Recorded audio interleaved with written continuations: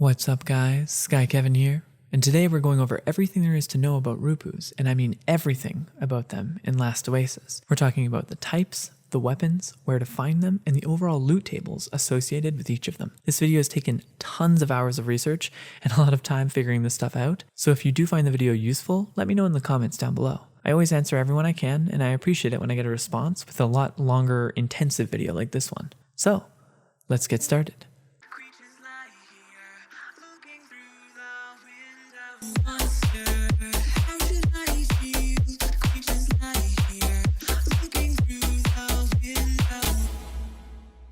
Beginning with the types of RUPU, there are technically 24 different spawnable RUPUs through the private server admin commands. Out of these 24 different creatures, you have some that are generally the same RUPU, but with 3 different tiers, tier 1, 2, and 3. These are the Sentinels, Shamans, Hazraki, Scavenger, and Forerunner. If we include only the different types, there are more like 8 different RUPUs that commonly spawn in game, and another 6 that can be spawned with admin commands. We'll get into those in a bit. When it comes to the in-game RUPUs, the different tiers of them spawn based on the map difficulty. So if it says that on the corner of the map you're on an easy tile, aka the cradle, then the RUPUs that spawn there should all be considered tier 1. With medium maps and hard maps, they are tier 2 and 3 respectively. And this remained consistent across all the different maps like Spires, Lava, and Sleeping Giants that I tested. As I'm sure most people know, RUPU camps spawn in small, medium, and large sizes. There is a variation between hard and medium-large camps, but otherwise they're all the same. Small camps always spawn with 2 RUPU Forerunners and 1 Hazraki. Medium camps have 4 RUPU Sentinels, 1 Shaman,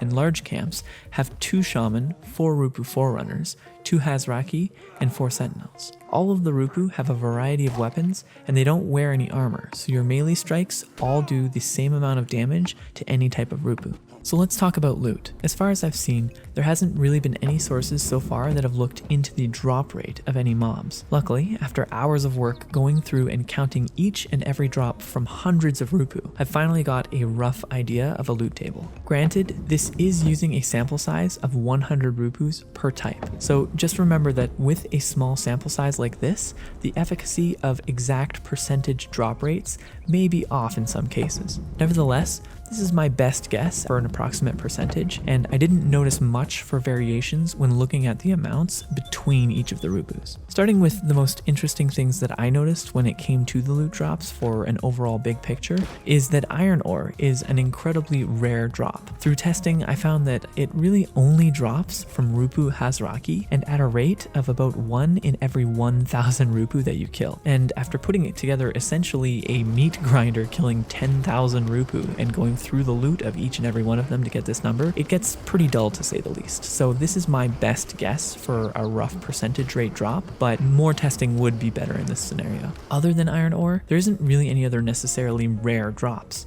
Some other interesting observations I did have were that every RUPU had a specific weapon that they drop, usually whatever it is that they're holding, and at about a 2 to 3% rate. Also, in case you were wondering, red bananas are also considered a very rare drop at about 1 to 2%, and they only drop from RUPU Forerunners. They don't come from Hazraki or Shamans whatsoever. They aren't used for anything more than dye right now, but if they do ever end up in any important recipes, it's good to know that those are the only type of RUPU that drops them. Lastly, when it comes to loot, I also found it very interesting that pretty much every RUPU drops 1 RUPU pelt for every single one that you kill. In all of my tests, for 100 RUPUs, it always ended up with 100 RUPU pelt. However, the only exception for this is White Deaths, which drop on average 4.5 RUPU pelt per RUPU, and Hermits, which drop on average 2 pelts per. You also have the Yellow RUPU as well, which drops about 2.4. So speaking of, let's get into the specifics of each of these RUPUs. Starting with the Sentinel, they use a mace and have 90, 100, and 115 HP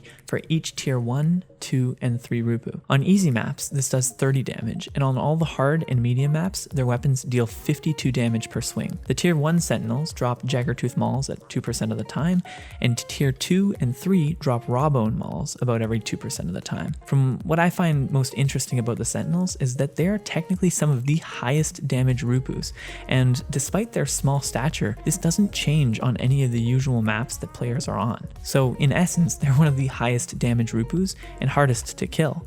and they always fight you in pairs. Moving on, we have the Rupu Hazraki. They have 180, 195, and 210 health respectively, and the tier 1 and 2 Hazraki use the same weapon which looks like a rawbone hand axe, but is actually called a stone monkey sword, which deals 35 damage. The hard map Hazraki has a stone monkey sword that looks like a boulder cut and deals 40 damage per swing. On the Sleeping Giants map, you'll also notice sometimes that Hazraki are seen roaming freely in the blackened mountain center, and these are no different from any of the other tier 3 Hazraki that come from Rupu camps. Next, we have Rupu Forerunners. They have 60, 65, and 72 HP per tier, and all their weapons are beat sticks that deal 18 damage and are named wooden clubs. Like I said before, they drop red bananas on occasion and basically only other normal resources. Rupu Scavengers are interesting because they can be found in place of the Rupu Forerunners on the Spires tiles. They're actually weaker than a Rupu Forerunner, as they have 60, 65, and 68 health for each tier, and every single weapon is a wooden club that looks like a tree branch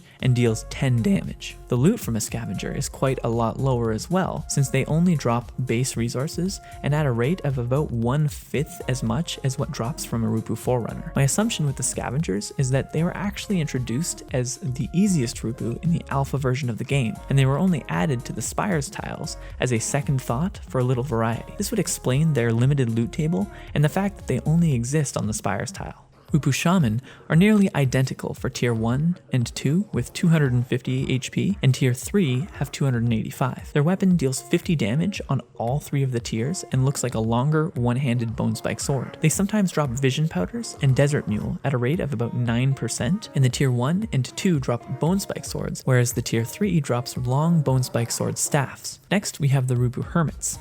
They're actually considered native Rupu when you're spawning them on the test server, and they have 60 health and use a Rupu Stone Mace that deals 38 damage per attack. It looks like a Daggertooth club, and they drop a lot of base resources comparatively to the other types of Rupus. Next is the Giant Yellow Rupu, or Elusive Rupu. They have 600 health and a Rupu Mace that deals 52 damage and looks like a giant one-handed bone club. Interestingly with these guys, their weapon, although larger, deals exactly the same damage as a Rupu Sentinel. They always drop 1 ceramic shard and 2.4 Rupu pelt on average per kill. Other than that, you find them roaming around the Sleeping Giants map, as well as in large camps on the city tiles. Next, we have the Rupu Drudge, which has 125 HP and deals 18 damage with their wooden clubs.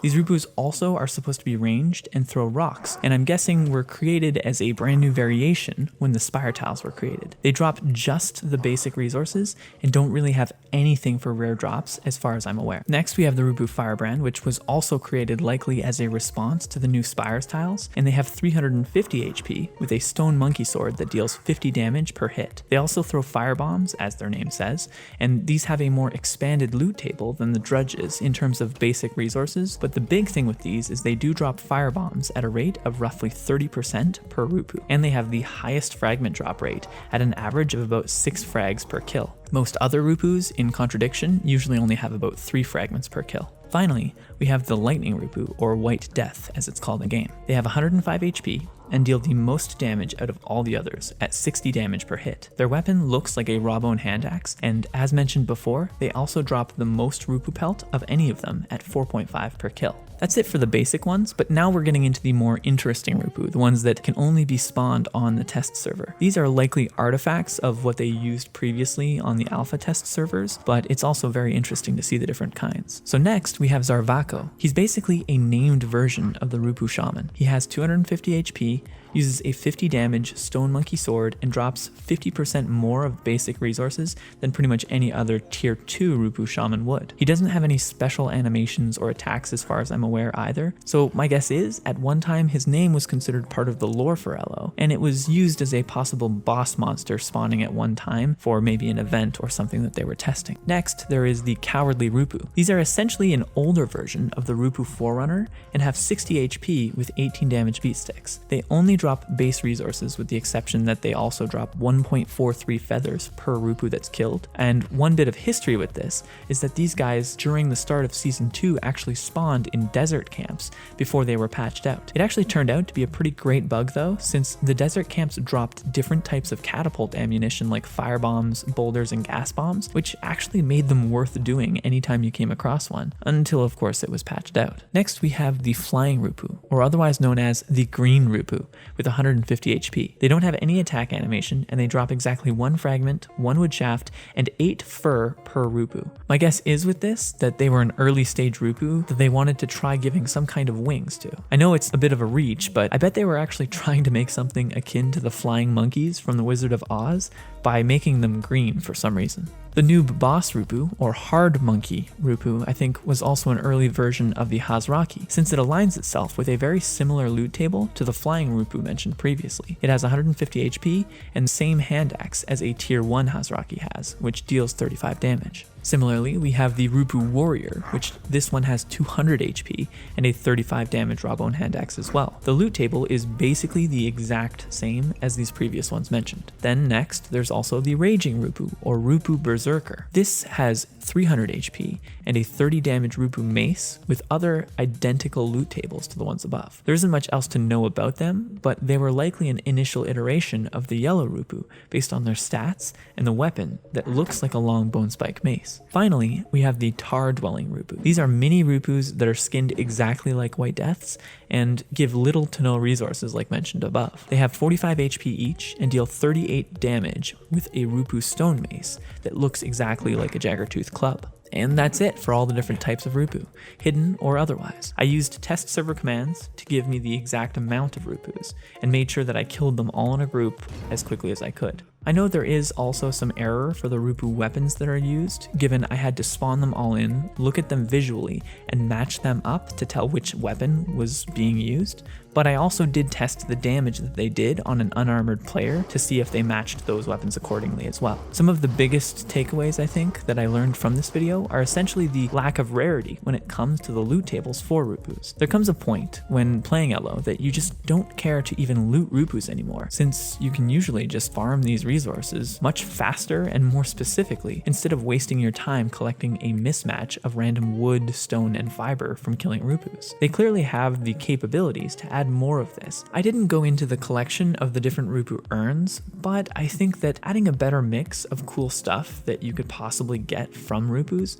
might help to make farming them, more specifically farming Rupu gel, more enthusiastic than simply killing them for sport just so you can loot that from the shrine. It'll be interesting to see if any of the special Rupus get placed into the game as well as any further iterations on maps to come. I'm actually kind of surprised that there aren't more different types of Rupus yet. They have a blank Rupu template that they can basically give some kind of visual or functional armor and weapons to use. So if they wanted to, they could have 50 different types with randomness added to all the different things that they're going to be using and fighting with. As a small bonus, if you want to wear any of the Rupu armor yourself, you can spawn it in the test server as an equipable item. Let me know in the comments if there's anything I'm mistaken about here, as I know there are a few holes specifically with the sample size being used in my testing, and of course make sure to subscribe if you haven't already. That's it for today. Thanks for watching, and I'll see you next time.